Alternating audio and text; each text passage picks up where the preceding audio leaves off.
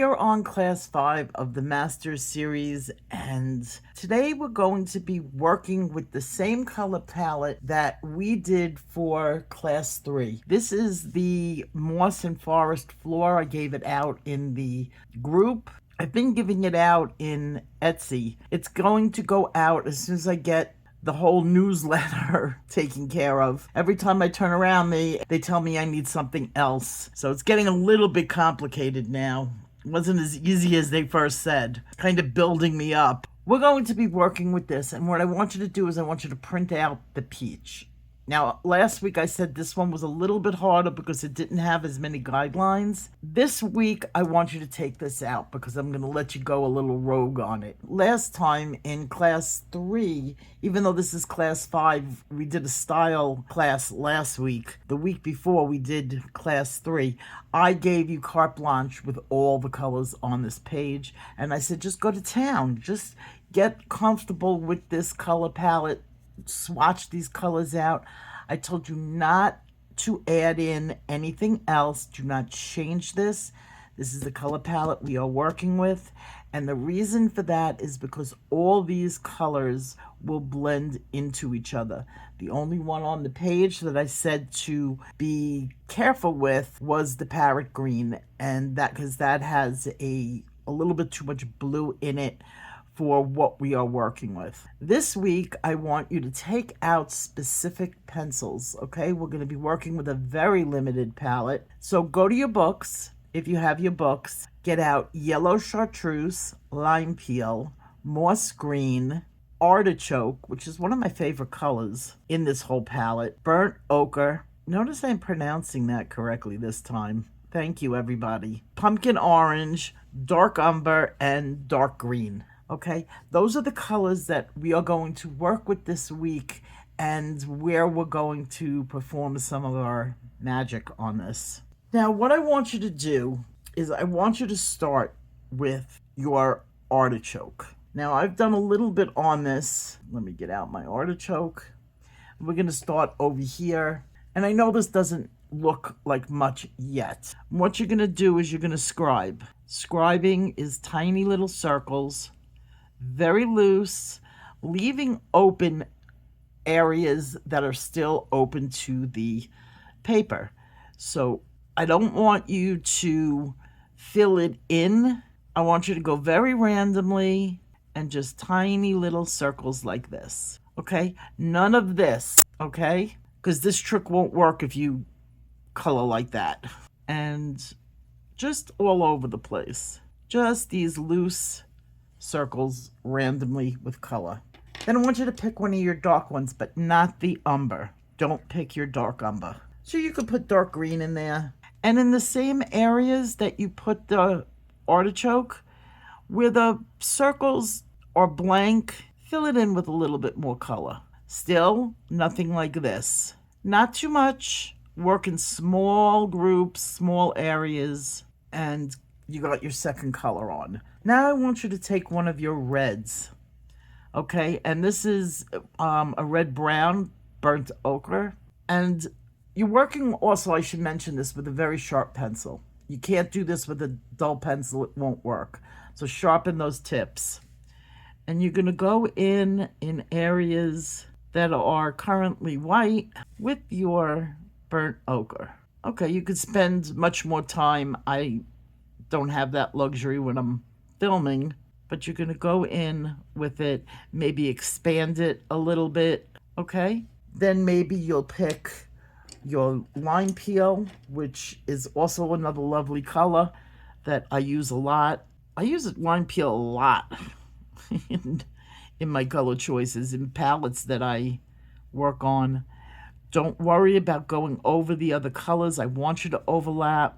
And just the circles, the same little circles that you have been working on. Eventually what's going to happen is it's going to start turning into this, a medley of different greens. And what's going to happen is your greens and your reds are going to start changing color. And the reason for this is because red and green neutralize each other. So whenever you add a red to a green, in large areas, it's not that attractive. But in small areas, it becomes extremely natural. In nature, you're going to always have your brown leaves mixing with your green leaves. In the fall, the colors start to mutate on the leaves, and you're going to have your browns mixing in with your yellows and your greens, and it's going to become very nature-like, very natural. So you're going to work on it till you get it to about this point. These need more work, of course, and then you're going to take it all the way up into here. Don't worry about these animals and the landscape, plants. We're just working with this color palette. This color palette is your fall color palette, and it looks great in trees. It looks great under trees. It's just that whole fall look, and depending on what color you make dominant in the picture, which color you bring out more, will give the feel of the pictures. Now, the greens and the yellows are more early fall. Late falls, you're going to get your pumpkin orange, and which is another color that is in here that I haven't picked up yet. But you're going to get that whole entire fall feel and the time of year. So think about when your trees start to turn from, I think it goes from green to yellow. So those colors are your first to change. That's like September. By the time you get to November, when the leaves are really at its peak, you're going to have more browns in them instead of the greens. Now I'm going to add in a little bit of pumpkin orange so you can see what happens when you add in the pumpkin orange to your greens. See how that orange starts to neutralize, and it adds a whole dimension in there. Now usually orange goes with blue and they neutralize each other, but you've got to remember these colors that I'm giving you, like the burnt ochre, they have reds in them. Okay, those are considered your red browns, which we haven't worked on yet. We will be. So have fun with it. Keep it loose. Keep it very free-flowing. There's no rhyme or reason or rules. You make it your own. Then you're going to get to the point where your paper is going to be covered in this medley of fall foliage. For the forest here, if you look at the picture I gave you, it was more the bright greens and the yellows. So you can go into your yellow palette. We're working more on a fall palette right now, but you can go in and use some of your chartreuse, your yellow chartreuse. For this picture, in general, I picked the yellow chartreuse because it's got a very bright feel and it's got like an undertone in the green family. So it's going to fit in there way better than any of the real yellows. So you're going to add in maybe some highlighted areas. You can look on your picture. This is not meant to be a one-on-one with that picture.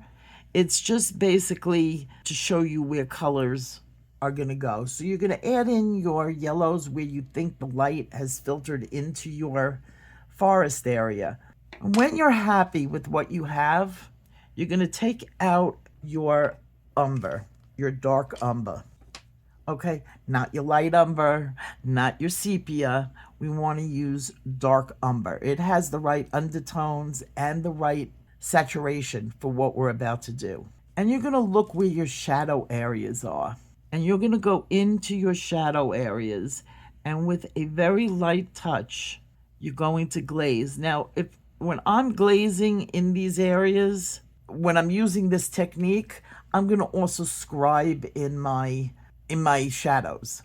Normally, you don't have to do that. You can do a glazing, but this time I'm going to go with the bottoms, and it's a very light touch. I don't want to obliterate my green. I don't want to wipe the green out. I just want to go over it and darken those areas. See, especially this one where the light would not go down on the bottom, okay?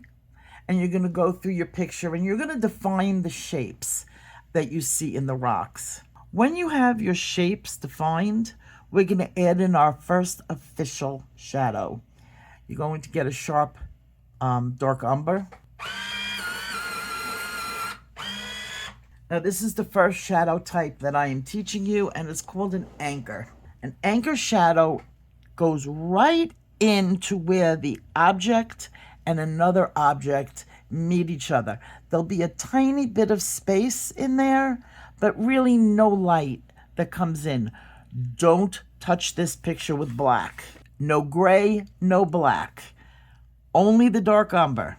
And you're going to go into these little areas, and right up where that paw meets the ground, you're going to darken it up. Nice sharp pencil. You're going to anchor it to the ground with this anchor shadow. We're going to be using anchor shadows from now on. Now, an anchor shadow is not where you take your pencil and you dig it out and you line it. It's only where one object touches another object. So here you would have the ground and you have this tree. So an anchor would go right in here. This needs actually a little bit more. But your anchor shadow should not be any thicker than the width of the pencil. It's just that right inside. And you're going to see, as soon as those anchors shadows go in, your whole picture is going to take on a new look. Like, I'm going to separate this one with the shadow. I'm going down because one is on top of the other. And right in here, because these two touch, the anchor shadows are on the bottoms of your objects, which sometimes equals the top of an object, but you're going to concentrate on the bottoms.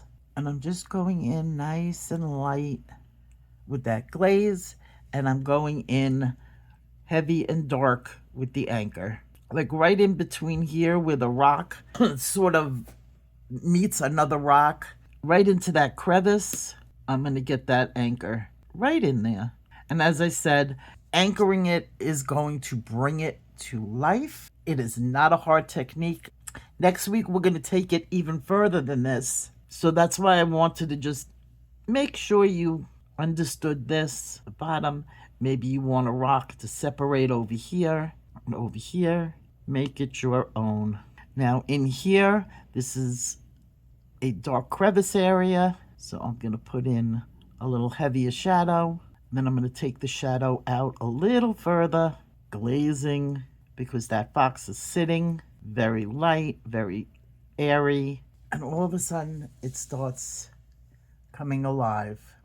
If you have not gotten the book and you want the book, it is available in my Etsy shop. I do recommend having it with this course because it's going to tell you where all your warm colors are and your cool colors and what the undertones, and not only that, it's going to tell you about the pencils, what objects go well with a pencil. It's got a ton of information that I might not verbally say because of the video being the length it is. So I do recommend it. I've offered it to you very inexpensive. In addition to that, in the description box below, you will have the link to the Etsy shop where you can get the book, and you will also have a link to the newsletter. This is where you will be getting your pictures as soon as I figure out the program, hopefully very soon. You will be getting these pictures. In the meantime, if you've bought the book, ask for it in Etsy. I will send you a copy of this, or you can pick it up in the Facebook group. Either one. So with that, I will see you guys next week. Take care. Bye-bye.